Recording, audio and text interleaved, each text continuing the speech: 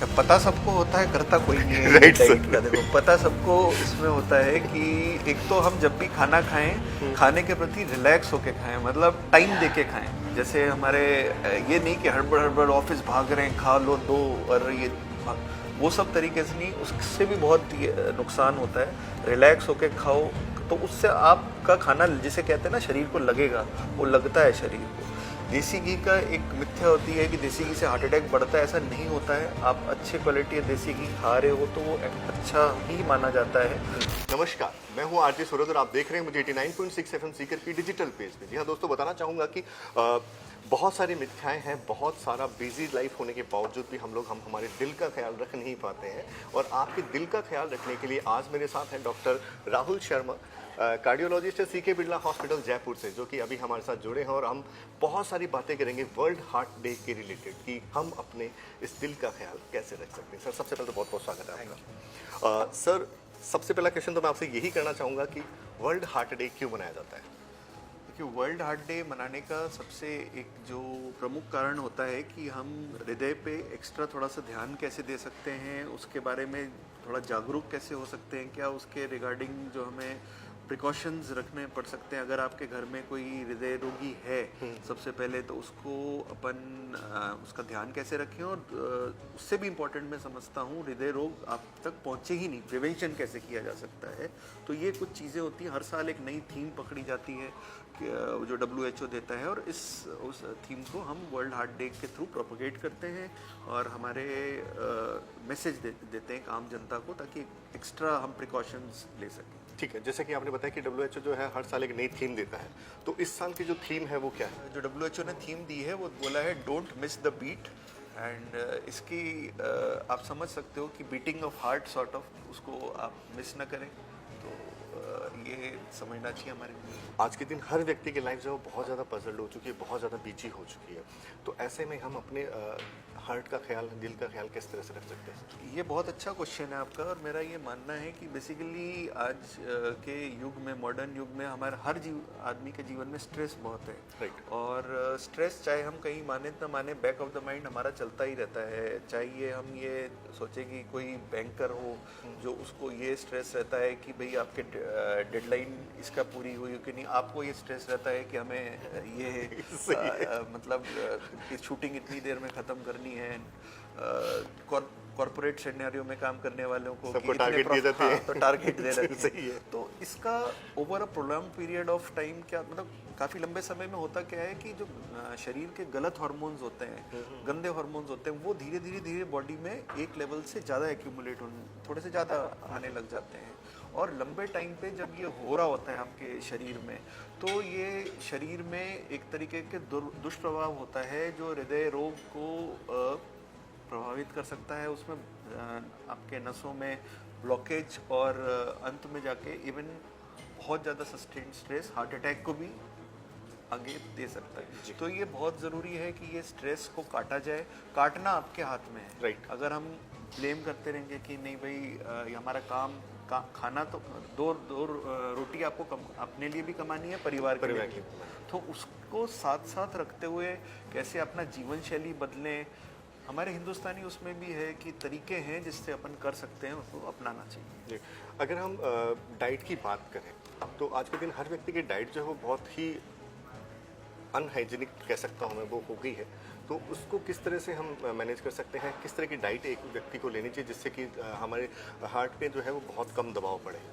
अच्छा, पता सबको होता है, करता कोई नहीं है। राइट डाइट का देखो, पता सबको इसमें होता है कि एक तो हम जब भी खाना खाएं, खाने के प्रति रिलैक्स होके खाएं, मतलब टाइम दे के खाएं। जैसे हमारे ये नहीं कि हड़बड़ हड़बड़ ऑफिस भाग रहे हैं, खा लो दो, और ये वो सब तरीके से नहीं, उससे भी बहुत नुकसान होता है। रिलैक्स होके खाओ तो उससे आपका खाना, जिसे कहते हैं ना, शरीर को लगेगा, वो लगता है शरीर को। दूसरा, डाइट्स में हमें जो हर किसी को बहुत पता होता है, सैचुरेटेड फैट, मतलब बहुत ज़्यादा बटर इत्यादि नहीं खाएं। देसी घी का एक मिथ्या होती है कि देसी घी से हार्ट अटैक बढ़ता है, ऐसा नहीं होता है। आप अच्छे क्वालिटी का देसी घी खा रहे हो तो वो अच्छा ही माना जाता है। बहुत ज़्यादा तेलीय खाना नहीं खाना चाहिए, और खासकर वो तेल जिसमें बार बार पकाया जा रहा है, ऐसा तेल इत्यादि यूज़ करना नहीं चाहिए। फ्रेश फूड्स जैसे फ्रूट्स इत्यादि होता है, अंकुरित चीज़ें और ये सब, इन सलाद, ये सब अपने खाने में ज़्यादा अपने को यूज़ करना चाहिए। तो अगर अपन अच्छा बैलेंस बना के चलेंगे डाइट के प्रति, तो अपने लंबे समय पे अपने को बीमार न पड़ने का चांस ज़्यादा है। अच्छा सर, एक इसको मैं मिथ्या कहूँ या एक फैक्ट बोलूँ, मैं सही मायने में इसको शब्द नहीं दे पाऊँगा, कि बहुत सारे लोगों का ये मानना है कि कोरोना आने के बाद में हार्ट अटैक के जो पेशेंट हैं या उनसे हार्ट अटैक के द्वारा मृत्यु की जो संख्या है वो बहुत ज़्यादा बढ़ गई है। तो ये मिथ्या है या फैक्ट है? देखिए, डायरेक्टली अगर अपन कोरोना से कहेंगे तो, और उसके वैक्सीन से कहेंगे तो वो मिथ्या है, परंतु इनडायरेक्टली अगर आप पूछो तो कोरोना के बाद बहुत सारा लोग मतलब घर में बंद हो गए, चलना फिरना कम हो गया, जंक फूड वगैरह अगर अपन देखें बढ़ गया, और फिर कोरोना जब हटा तो आप कई लोगों के वो जा चुके थे, बिजनेस खत्म हो गया, तो स्ट्रेस वगैरह जो बढ़ा लाइफ में, उसकी इनडायरेक्टली अगर आप सोचो कि हाँ, स्ट्रेस बढ़ने से, व्यायाम कई कम होने से, वो तो नॉर्मल सोसाइटी में भी होगा, बट हाँ, यहाँ पे चूंकि ज़्यादा आया कोरोना के बाद, हम लोग को हार्ट अटैक्स वगैरह कुछ उस वजह से मिले। पर डायरेक्टली इतने साल बाद अगर अपन, क्योंकि कोरोना करता क्या था, खून गाढ़ा तो करता ही था उसका कीटाणु, बट वो उस टाइम मिलता था। उसके बाद इतने समय के बाद कोरोना अगर हम कहें 5 साल बाद की वजह से डायरेक्टली उसको डेथ हो रही है, उस वजह से अपन नहीं मान सकते। अच्छा, सोशल मीडिया का टाइम है सर। सोशल मीडिया पे बहुत सारे वीडियोस, ऐसे पोस्ट हम लोग देखते रहते हैं जिनमें दिखाया जाता है कि 10 साल के बच्चे को हार्ट अटैक आ गया, स्टेज पे डांस करते करते बच्चे की डेथ हो गई, माला पहनाते वर या वधू अपने स्टेज पे डांस कर रहे हैं, वहाँ पे उनकी डेथ हो गई। तो ये क्या है कि बहुत कम एज में इस तरह से हार्ट अटैक से डेथ होने लगी? पहली बात तो ये बहुत दुखद है, मैं मानता हूँ कि जो चीज़ें हो रही है, बट हो रही हैं। और इसका एक चीज़ ये भी है कि हम पहले रियलाइज नहीं करते थे, हो जाता था किसी, क्योंकि आपने यूज़ किया सोशल मीडिया, सोशल मीडिया से ये चीज़ एक्सप्लोड हो जाती है। अगर राजस्थान के किसी एक कोने में हुआ है तो हो सकता है रात 2-3 घंटे होते होते पूरे इंडिया में फैल जाए, ये होता है। बट लोग ये नहीं समझ पाते। अगर जैसे आपने 8-9 साल के बच्चे की बात करी, 8-9 साल के बच्चे में जनरली हार्ट अटैक बहुत रेयर होता है जी। वो कोई ना कोई कंजेनाइटल जो कि जन्मजात बीमारी होती है, जन्मजात बीमारी मतलब छेद रह गया हार्ट में, पता नहीं चला, उसका दुष्प्रभाव हुआ, या फिर जो हम एरिथमिया वर्ड टेक्निकली यूज़ करते हैं। एरिथमिया का मतलब इलेक्ट्रिकल तरंगें, जो गलत इलेक्ट्रिकल तरंगें होती हैं, जो कई बार जानलेवा भी हो सकता है। आपने फुटबॉल पिच पे देखा होगा, फुटबॉल खेलते खेलते, तो वो सब ज़्यादातर होते हैं। जो 35 के बाद हम हार्ट अटैक टेक्निकली, जिसमें हृदय की नसों में ब्लॉकेज आके, वो जनरली कारण नहीं होता है। कोई ना कोई जेनेटिक जो कारण, जो एरिथमिया जो मैंने बताया, तरंगे गड़बड़ होना, या फिर जो सेकेंडरी मैंने कहा बचपन से कोई बीमारी रही, मोस्टली वही इसका कारण बनती है। जैसे बहुत सारी आम बीमारियां हो गई आजकल, हर व्यक्ति को मिल जाती है। डायबिटीज़, जिसकी मैं बात करूँ, शुगर जो है वो हर व्यक्ति को मिल जाता है, तो उसका क्या इफेक्ट रहता है हार्ट अटैक पे? बहुत से लोगों को सुना है कि डायबिटीज़ के कारण हार्ट अटैक आ गया। तो आपने एक्चुअली बहुत अच्छा क्वेश्चन पूछा है। शुगर मतलब दुनिया में हिंदुस्तान अब कैपिटल बन चुका है। लगभग 3 मतलब 10 में से 3 मतलब 33% मान लें, जो कि बहुत ज़्यादा होता है। लोगों को शुगर होता है। अब डायबिटीज़ वालों का खून थोड़ा सा गाढ़ा होता है, कोलेस्ट्रॉल भी उनमें थोड़ा सा, जो गंदा वाला कोलेस्ट्रॉल होता है वो ज़्यादा पाया जाता है, और डायबिटीज़ से हार्ट डिजीज़, और वो भी गंदी तरह की हार्ट डिजीज़ होने की ज़्यादा चांस होती है। तो डायबिटीज़ को एक तरीके से हम दीमक कहते हैं कि पूरे शरीर को ही खा रही होती है, तो जिसमें से हार्ट भी एक बहुत बड़ा हिस्सा होता है। तो डायबिटीज़ कंट्रोल हार्ट डिजीज़ को इनडायरेक्टली कंट्रोल करने के लिए बहुत ज़रूरी है। और आजकल बहुत ऐसी अच्छी अच्छी इंजेक्टेबल और ओरल मेडिसिन आ गई हैं, जिससे कि अगर डायबिटीज़ कंट्रोल करेंगे तो साथ में हार्ट डिजीज़ होने की चांस भी बहुत कम होगी। अच्छा, अगर मैं बात करूं, जैसे हर बीमारियों में कुछ ना कुछ एडवांस टेक्नोलॉजी आज आ चुकी है, तो सीके बिरला हॉस्पिटल में कोई ऐसी एडवांस टेक्नोलॉजी, ऐसा एडवांस मेडिकल साइंस यूज़ कर रहे हैं जो आम लोगों के लिए बहुत ही यूज़फुल और बहुत ही हेल्पफुल हो आज के डेट में? देखिए, सबसे एडवांस टेक्नोलॉजी तभी यूज़ हो पाती है जब मरीज़ को एक वो होना होता है कि वो मरीज़ बनने से, मेरा मानना पर्सनली है, मरीज़ बनने से पहले ही हॉस्पिटल आ जाए जी। तो वो एडवांस टेक्नोलॉजी तो मेरे हिसाब से कुछ हम टेस्ट्स करके देखते हैं कि क्या इनके अंदर हार्ट अटैक होने की चांसेस कुछ ज़्यादा हैं। ऐसी एडवांस टेक्नोलॉजीज़ हमारे पास हैं, कुछ ब्लड टेस्ट्स होते हैं जो कि हर जगह अवेलेबल नहीं है, जैसे लिपोप्रोटीन ए एक्सेट्रा के टेस्ट वगैरह होते हैं, हम पहले ही पकड़ लेते हैं, तो जो कि मरीज़ ऑब्वियसली डरता है कि एंजियोप्लास्टी बाईपास तक नौबत ही ना आए। तो कुछ दवाइयाँ हमारे पास ऐसी होती हैं जो हम पहले से भी दे सकते हैं इनको कम करने के लिए, चांसेस ऑफ हार्ट अटैक ही हटा देने के लिए। जी। दुर्भाग्यवश अब मान लेते हैं किसी को आ ही गया, तब हमारे पास कुछ ऐसी एडवांस टेक्नोलॉजीज़ हैं, जैसे लेज़र्स होते हैं हमारे पास, या मतलब एडवांस्ड हमारे पास ओसीटी टेक्निक्स होती हैं, जिससे कि अपने को हृदय की नसों के अंदर एडवांस्ड लेज़र से ये जो कोलेस्ट्रॉल का कचरा एक्सेट्रा बोल सकते हैं वो सफाई करने की तकनीक है। और उसके बाद कई बार स्टेंट से बचा भी जा सकता है, ज़रूरी नहीं है कि हर मरीज को स्टेंट ही डले। तो ये ऐसी कुछ टेक्निक्स हैं जो हमारे पास अवेलेबल है।